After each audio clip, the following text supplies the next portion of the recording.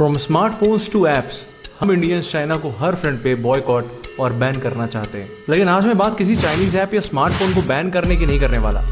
आज मैं आपको एक ऐसा रियल लाइफ इंसिडेंट बताने वाला हूँ जिससे चाइना का एक और माइंड गेम आपको नजर आ जाएगा। अगर आपको ये मैसेज अच्छा लगे तो इसे अपने फ्रेंड्स और फैमिली के साथ शेयर करके उन्हें अवेयर करें और इस वीडियो को एंड तक देखें, क्योंकि एंड में मैं आपको एक कमाल की बात बताने वाला हूँ। एक व्यक्ति ने अपने नए घर का गृह प्रवेश किया। उसने अपने सारे दोस्तों को बुलाया, उसके सारे दोस्तों ने उसे गिफ्ट दिए।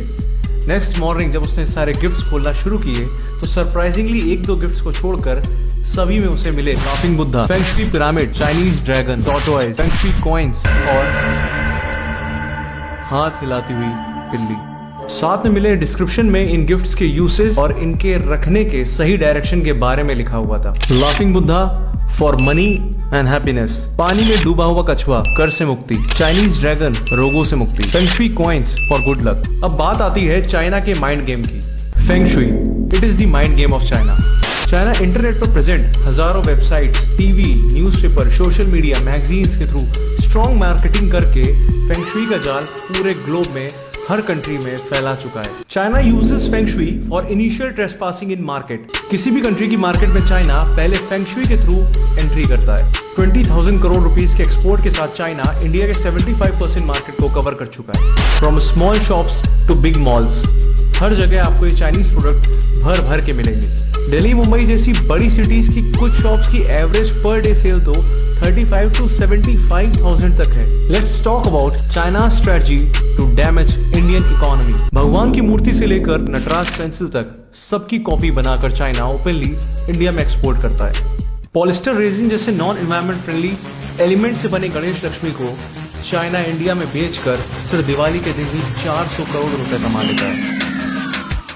कम्युनिस्ट चाइना ने इसी तरह इंडिया के हजारों craftsman, small factories, cotton industries, handicraft को बुरी तरह डैमेज कर दिया है। कुम्हार, बढ़ई, लोहार, कर्मकार जैसी 2 करोड़ से ज्यादा पॉपुलेशन वाली जातियों के लोग आज बहुत पुअर कंडीशन में हो चुके हैं। चाइना ने हमको एक मैन्युफैक्चरिंग हब से हटाकर एक मिडिल मैन बनाकर खड़ा कर दिया है। अब बात करते हैं चाइना के दूसरे एस्पेक्ट की, चाइना साइकोलॉजिकल वॉरफेयर। अब जंग सिर्फ आर्म्स एंड एम्यूनिशन से नहीं, साइकोलॉजिकली भी लड़ी जाती है। चाइना फेंग शुई का यूज एज अ वेपन कर रहा है to destroy the spirituality of India. Let's talk about most famous laughing Buddha. Is it really Mahatma Buddha? No, Mahatma Buddha ने कभी नहीं कहा कि आप मेरी इस तरह की मूर्ति अपने घर में रखो तो आपको गुड लक और प्रॉस्पेरिटी मिलेगी। अफसोस की बात यह है कि आज हम इंडियंस, स्पेशली हिंदूज, तुलसी जैसे पेरेनियल और मेडिसिनल प्लांट से ज्यादा लाफिंग बुद्धा को अपने घर में जगह देने लगे। फेंग शुई की दुनिया के एक और फेमस मॉडल, चाइनीज गॉड्स फुक, लुक एंड साव। चाइना ने इन्हें नेम, फेम और लॉन्ग लाइफ देने वाला देवता बताकर 200 से लेकर 15,000 रुपए तक की मूर्तियां इंडिया में बेच डाली और हम इंडियंस ब्लाइंड फॉलोअर्स की तरह इनकी मूर्तियों को अपने घर, अपनी वर्क प्लेस में रखने लगे। मार्केट में ऐसे बहुत से चाइनीज फेंग शुई प्रोडक्ट्स हैं जो आपको नेम, फेम और मनी देने का यकीन दिलाते हैं। अगर ये काम करता है तो चाइना इसका यूज अपने कंट्री में क्यों नहीं करता? यदि ऐसा होता तो चाइना में हर 10 में से एक व्यक्ति गरीब ना होता। कमाल की बात यह है कि 1949 में पीपल्स रिपब्लिक ऑफ चाइना की फाउंडेशन के बाद चाइना ने फेंग शुई को as a feudalistic superstitious practice, as a social evil declare करके अपनी कंट्री में ही बैन कर दिया।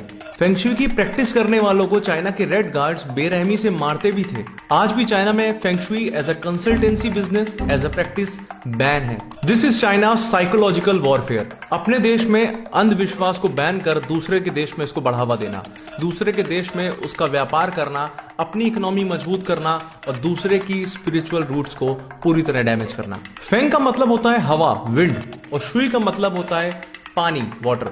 फेंग शुई मीन्स हवा, पानी यानी इन्वायरमेंट। कमाल की बात यह है कि क्लासिकल फेंग शुई में इन सब चीजों का कहीं भी जिक्र नहीं है। ना ही क्लासिकल फेंग शुई कहती है कि आप इन सब ढोंग और अंधविश्वास में पढ़ो। Classical feng shui is actually based on calculations and mathematical formulas, जिसका यूज आर्किटेक्चर और कंस्ट्रक्शन के लिए होता था। तो अब बात आती है कि हम इंडियंस क्या करें। मैं आपसे ये नहीं कह रहा अगर आपके पास ये सब है तो आप इसे निकाल कर घर से बाहर कर दें या इसे तोड़ डालें। Breaking is not an option, क्योंकि इसमें आप अपना पैसा लगा चुके हैं, आप इसे खरीद चुके हैं और इसको डिस्ट्रॉय करके आप चाइना का कोई भी लॉस नहीं कर रहे। Hashtag vocal for local. Let's buy made in India products. जरूरी नहीं कि देश सेवा करने के लिए आपको बॉर्डर पर ही रहना जरूरी है। आप अपने देश के बने प्रोडक्ट्स को भी यूज करके देश सेवा कर सकते हैं। Let's focus on make in India and not break in India.